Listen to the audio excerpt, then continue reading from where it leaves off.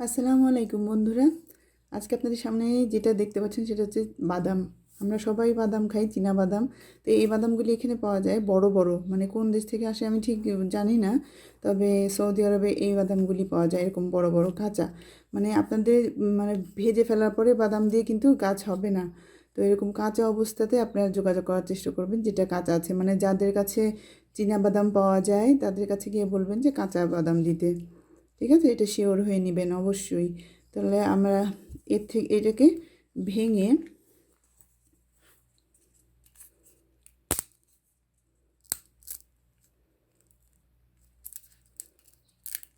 ভালোই শক্ত, এই যে বড় বড় দানা, বুঝছেন?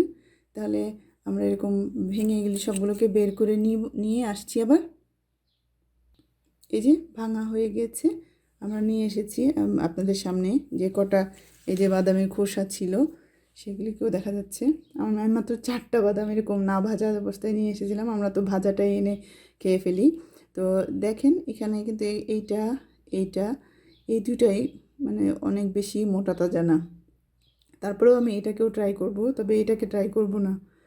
এরকম মানে চিকনা চাকনা দেখে, যেগুলি দেখে আপনাদেরকে মনে হবে যে এটা হওয়ার সম্ভাবনা কম আছে, আসলে এরকম মোটা মোটা দানাগুলি বেশি কাজ করবে। তাহলে এটাকে আপনি প্রথমে এরকম একটা বাটিতে আমরা পানি নেব, সেই পানির মধ্যে এগুলিকে 24 ঘন্টা ভিজিয়ে রাখবো। ভিজিয়ে রাখার পরে আবার আসছি, 24 ঘন্টা পর আবার আসছি। এই যে 24 ঘন্টা পর আমার বাদামগুলির এই অবস্থা। তো আমার কাছে মনে হচ্ছে যে স্প্রাউট তো এভাবেই বের হয়ে যাচ্ছে, দেখেন নিশ্চয়ই দেখতে পাচ্ছেন এই যে সাদা। তো আমি পানির মধ্যে রেখেই করতে পারি, কারণ ভেবেছিলাম যে আমি এর মধ্যে রাখবো। এই দেখেন স্প্রাউট বের হয়ে যাচ্ছে, 2 চার তো বের হচ্ছে এখনই দেখছি। তাহলে আমি এই পানির মধ্যে রেখেই দেখি, এটা এক্সপেরিমেন্ট যে কিভাবে হয়। ভেবেছিলাম যে বক্সের মধ্যে টিস্যুর পেপার দিয়ে করব, কিন্তু পানির মধ্যেই স্প্রাউট বের হচ্ছে যেহেতু, তো এভাবেই থাকুক। তাহলে আসছি স্প্রাউটটা ঠিকমতো বের হয়ে যাওয়ার পরে। আসসালামু আলাইকুম বন্ধুরা, এই যে এসে গেছি।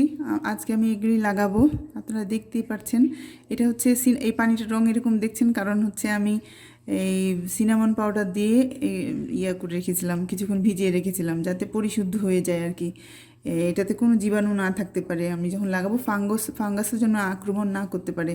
তো দেখতেই পাচ্ছেন কিভাবে স্প্রাউট বের হয়েছে। আমি জাস্ট এগুলো এর পানির মধ্যেই প্রথমে 2-3 দিন রাখছিলাম। তার মানে প্রথমে একদিন আমি পানির মধ্যে 24 ঘন্টা রেখেছিলাম, তারপরে আমি উপরে টিস্যু দিয়ে ঢেকে দিয়েছিলাম আর কি। টিস্যু পেপারটা হালকা ভিজিয়ে পানিগুলি সরিয়ে দিয়ে আর কি, অল্প একটু পানি দিয়ে টিস্যুগুলোকে ভিজিয়ে রেখে দিয়েছিলাম। তাতে দেখেন কীভাবে স্প্রাউট বের হয়েছে। তো এই যে সবগুলো গাছের যে হয়ে গেছে। তো আজকে আমি 2টা গাছ লাগিয়ে আপনাদেরকে দেখাচ্ছি। আমি এগুলি সবগুলি লাগিয়ে দেবো আজকে।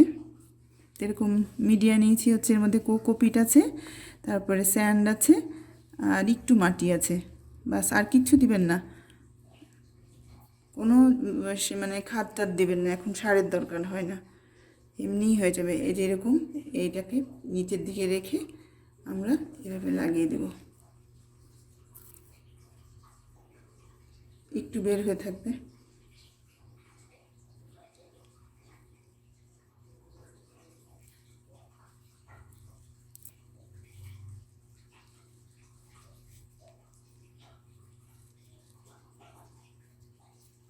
লাগানোর পরে আমি যেখানে একটুখানি পানি দিচ্ছি, কারণ আমি অলরেডি পানি দিয়ে ভিজিয়ে ফেলেছি এটা, আর বেশি একটু পানি দেব না। এরকম পানি দিয়ে এই যে এভাবে রেখে দেব। এবং কবে আবার এর থেকে পাতা বের হচ্ছে সেটাও আপনাদেরকে দেখাবো। আরও 2টা লাগাই আপনাদের সামনেই। এরকম হাত দিয়ে গর্ত করে নেবেন, তারপরে এই যে নিচের দিকে ওটা রেখে এভাবে। আচ্ছা, এর উপরের খোসাটাও বের হয়ে আসতেছে, তাই খুলেই দিলাম।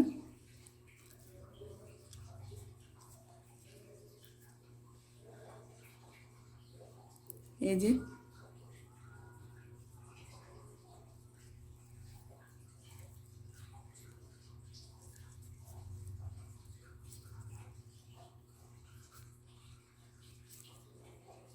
দোয়া করবেন জানি আমারগুলি সুন্দরভাবে হয়। তাহলে আজ এই পর্যন্তই। আল্লাহ হাফেজ। সবাই খুব ভালো থাকবেন। আসসালামু আলাইকুম।